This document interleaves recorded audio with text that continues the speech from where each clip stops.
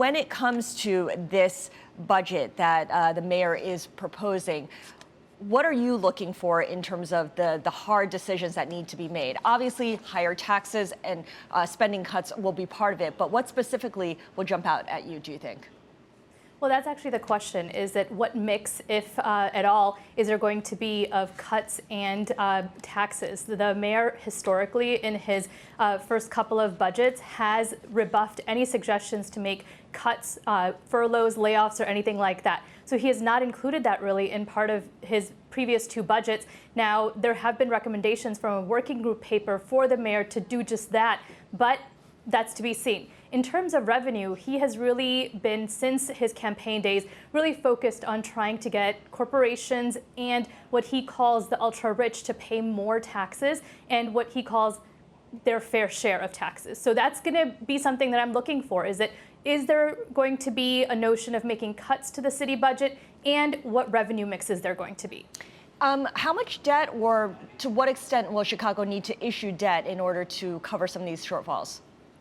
Well, operational debt is very different than, say, capital debt or any other type of debt. So the city historically has been very active in the municipal bond markets, but generally it's for things like infrastructure. They're going to be very active actually in the fourth quarter for their airport financing, but that's separate from the city's budget. So operational debt is not something that I've heard of, and what they are trying to really focus on right now is how to close that $1.5 billion deficit with what the mayor has in his hands for 2026.